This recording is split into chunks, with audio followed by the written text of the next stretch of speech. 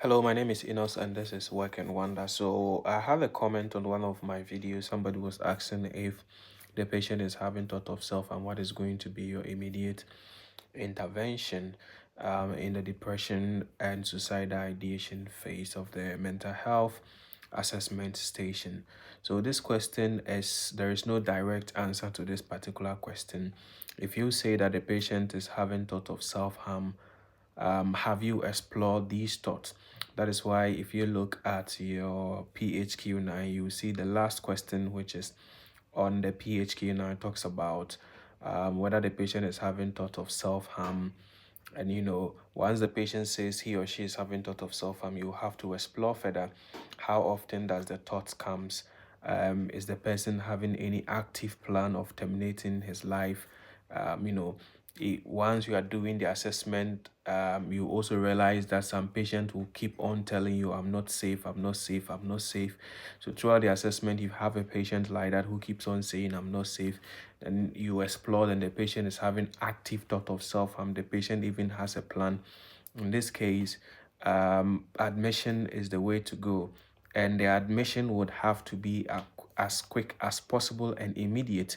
So in this case, you would even have to stay with the patient until the patient is admitted. So it has to be more or less like an emergency admission.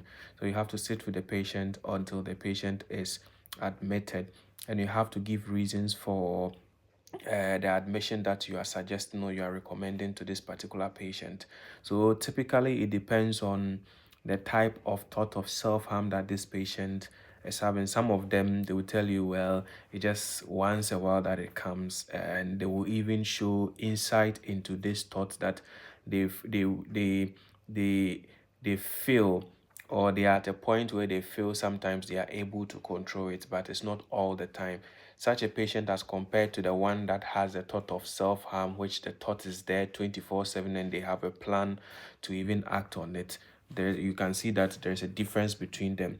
And the differences between these thought of self-harm that they are having will determine the kind of immediate intervention that you are going to suggest for this particular patient. As I said, the other one can wait, but the one that keeps on saying I'm not safe and the thought is there, has a plan to act on it, the intervention would be that the patient would have to be admitted immediately as possible, and you have to stick with the patient until the patient is admitted. I hope I've been able to answer your question. The person that commented, I hope I've been able to answer your question with this particular shot. If there's any other questions, feel free to put it under any of my videos. My name is Inos.